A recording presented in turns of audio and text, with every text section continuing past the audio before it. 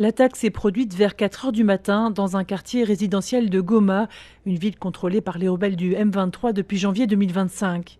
Selon plusieurs témoignages recueillis sur place, la population s'est réveillée dans la peur après avoir entendu de fortes explosions. Ilikuwa 4 heures. Tuliamka ile 4 heures, tulisikia tu bombe ya kwanza inaanguka. Ilitokea kosa yulu ikaanguka mmai. Après maminute akasema ngoja nipande kule yulu, niende na kwanza kama bibi kwa hai. Kufika kule yulu anatafuta tu fungula mlango wa chambre hivi. Deja ngine bombe ikaanguka. Kuanguka deja pale kwanza tukaanza panike zikaanza, nikamwambia baby, akose bombe ndio inaanguka hapa mwa jirani. Mimi nilikuwa siri hata ni nje ya nyumba yetu. Kufika nje akalamuka tukaona deja moto inaanza toka hapa mwa jirani. Au moins 3 personnes ont été tuées dans l'attaque, dont une humanitaire de nationalité française travaillant pour l'UNICEF. Elle occupait la maison touchée par une des explosions. Nyumba yenye iligusiwa ilikuwa na habité na Nations Unies. Malheureusement kuko mtu mmoja mwenye alianguka, ni madame mwenye anatumikaka kwa UNICEF. Angukia mulaki kale angukia pia tuyue. Mais ya pili jenye iligusa hapa shuru na pale kwa espace yetu wa artiste manjanje liruka. Sur la maison touchée, les murs et le mobilier sont criblés par de petits impacts ressemblant à une bombe à fragmentation. Selon les secours présents sur le lieu du drame, aucun débris de drone ou de projectile n'a été identifié à ce stade, mais des habitants rapportent avoir entendu des bruits de drones avant et après l'explosion.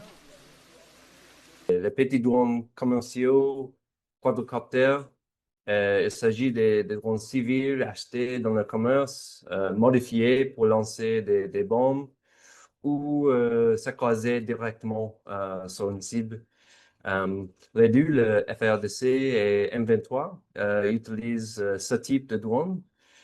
Mais pour le M23, l'utilisation des drones sont encore limitées. L'attaque ravive l'inquiétude de la population qui redoute une nouvelle escalade du conflit. Niliogopa kwanza sana. En plus nilikwambia baby, maana tena vita inaanza. Tutakuwa wageni ya nani? Tutakimbilia wapi? Tutalilia kwa nani? Au tutaishi wapi? Boga vraiment ilikuwa ya mingi sana. Boga yenye tuko nayo. Hii boga yenye tuko nayo papa. Inatuletea kitu moya yenye hatukomprendre.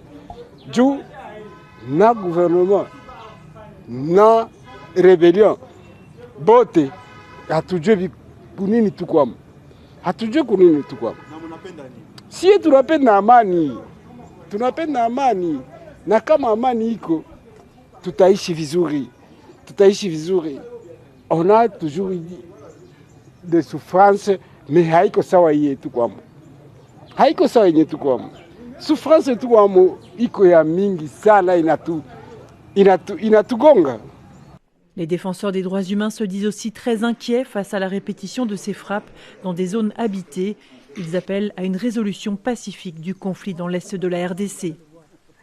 Voilà pourquoi, comme activistes des droits humains, depuis ce conflit, nous ne cessons de demander à ce que l'on cherche une solution purement politique que de continuer avec la voie militaire.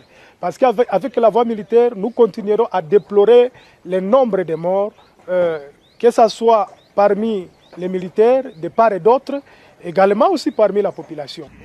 Cette attaque survient dans un contexte de tensions militaires persistantes dans l'est de la RDC. Il y a 2 semaines, une autre frappe de drone attribuée à l'armée congolaise à Roubaïa, une importante zone minière de coltan sous contrôle du M23, avait tué le porte-parole militaire du mouvement, Willy Ngoma.